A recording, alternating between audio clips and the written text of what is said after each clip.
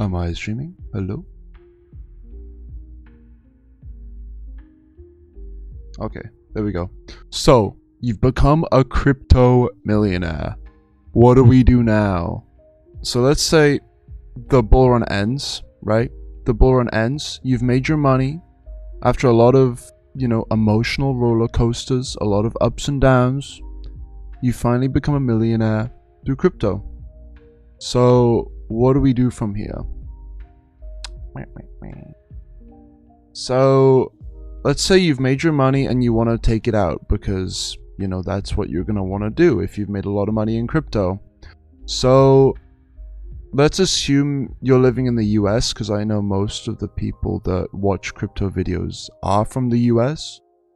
You're going to have crazy high tax rates, especially if you've not held the crypto for, a long time. Less than a year, you're going to pay extra tax, and nobody wants to do that. And you might have held it for less than a year if you're new to crypto. So, what do we do to avoid this? Well, the answer is kind of obvious. You just get a second passport. And there's a few different countries you can get a second passport for and to save money, but that's what we're going to go through today. And this is not legal advice or financial advice, so if you get screwed up because of what I'm saying, then it's your fault. I'm joking, but also not really. So let's go through the best options, and I'm gonna copy what Alex Mason said, because he kind of saved me the effort of having to do my own research, which is very fun. So blah blah blah blah. Okay, this isn't really important. Oh yeah, and also you get to have a backup country to go to if things go south, and I guess that's also linking in with the war, so that's pretty useful. And some governments do accept crypto as payment. One of them is El Salvador, the only country where Bitcoin is legal tender. But let's go through the countries quickly, and this is not going to be that long of a video. I'm probably going to make it like 8 to 12 minutes and then stop there. So the first country, Vanuatu, yeah. These are mostly going to be like little island countries. So this one is east of Australia. A lot of them will be, but not all of them. And at the end, he actually forgot to include one of the countries which is really mainstream and actually really good, and also quite easy to get a passport for. But I'll go through that at the end. So this one is pretty quick to get citizenship. You can get it in 1 to 2 months, and there's no income or capital gains or inheritance tax. So this one is kind of irrelevant. I doubt many people are going to be inheriting crypto, but the option is there.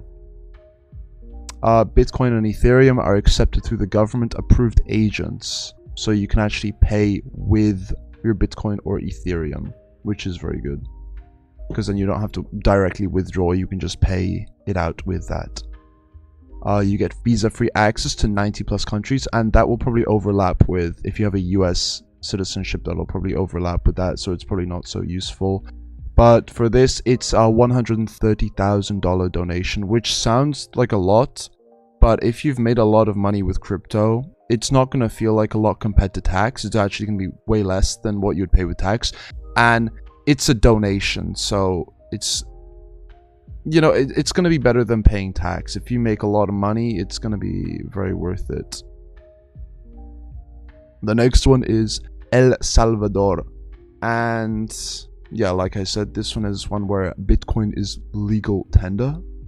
And you can get a freedom visa, which is a huge donation, by the way. You're going to need to make a lot of money, but if you make a lot of money, it's going to be worth it, and you get a citizenship that way for life. So you're gonna have to weigh up whether it's worth it for you, but you get 0 capital gains tax on Bitcoin. By the way, I don't think El Salvador is the best option, but it could be a good option for you, and it is actually a very livable country now. It used to be very dangerous, but the president made a lot of changes, and seems pretty good now. It seems like it'd be a pretty livable place to go to. But this is kind of experimental with El Salvador. I wouldn't recommend this one personally. St. Kitts and Nevis. So this one's a really niche place, niche country, and it's been going for a long time. I guess it's like a tax haven. And again, they accept crypto, the government. There's no income, wealth, or capital gains tax. And you get access to quite a lot of countries. So you might actually get access to more countries than you would with the US one, or at the very least, you know, get access to some countries that you wouldn't otherwise. And this one is very cheap actually, because you can either give a donation, or this one's really good because you can actually get it with real estate. And I assume if you make a lot of money with crypto, you're going to want to buy a nice house, right? So this is basically a free citizenship. You put a lot of money into, you get like a 400k real, like a house, and then you get the citizenship. And because it's kind of like a niche country where a lot of rich people will go to avoid tax legally, then there's going to be a lot of nice things to do there. There's going to be a bunch of rich people. It's made for rich people, okay? It's like a vacation home or whatever. And also it's very private. So yeah, it is just for rich people to avoid paying money. The next one is going to be Dominica. And this one is affordable, fast, and discreet, according to Alice Mason. You can get citizenship very early on, very quickly.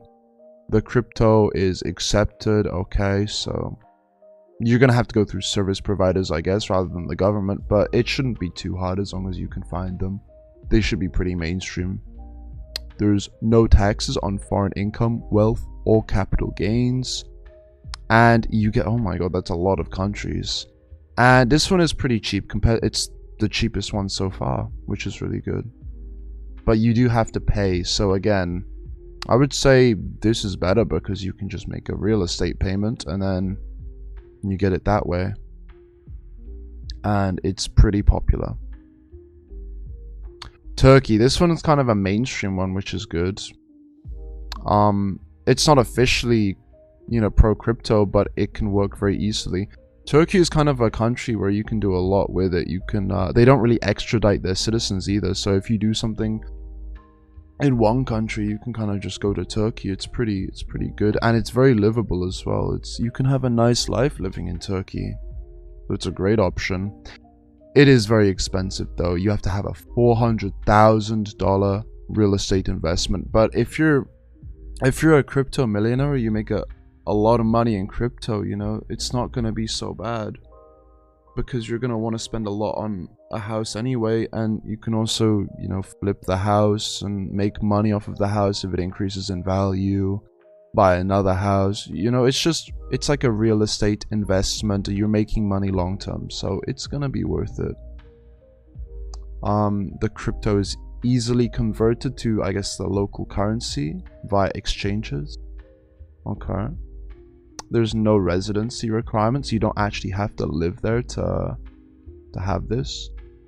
There's a strong passport. Okay, that's obvious. It's Turkey. And it's pretty quick as well. This is one of the best options, I think, in my opinion. The next one is going to be Armenia. And yeah, it's a strategic first step. So it's not really the best option here, but it has advantages. It's easy and low cost to get residency. You can, oh my god, under 30 days. I don't think that that's so useful though, because surely if you make a lot of money, you can wait a little bit. You can wait like 2 or 3 months. It's not really going to matter, but it's still nice to have. And the banking system is crypto friendly, which is good. They'll actually let you take crypto out. They're not going to, you know, block you, which is very nice. But the thing is, do you really want to be living in a country like Armenia? I don't know, maybe you do, but me personally, I would not. I think Turkey is a better option for that, but you do you. And there's no tax on foreign crypto income, which is also very useful, but there's a lot of countries that are like that, where they don't actually tax foreign crypto income. So you can just, you know, ask ChatGPT and it will give you like a list of countries which you might prefer to live in than Armenia.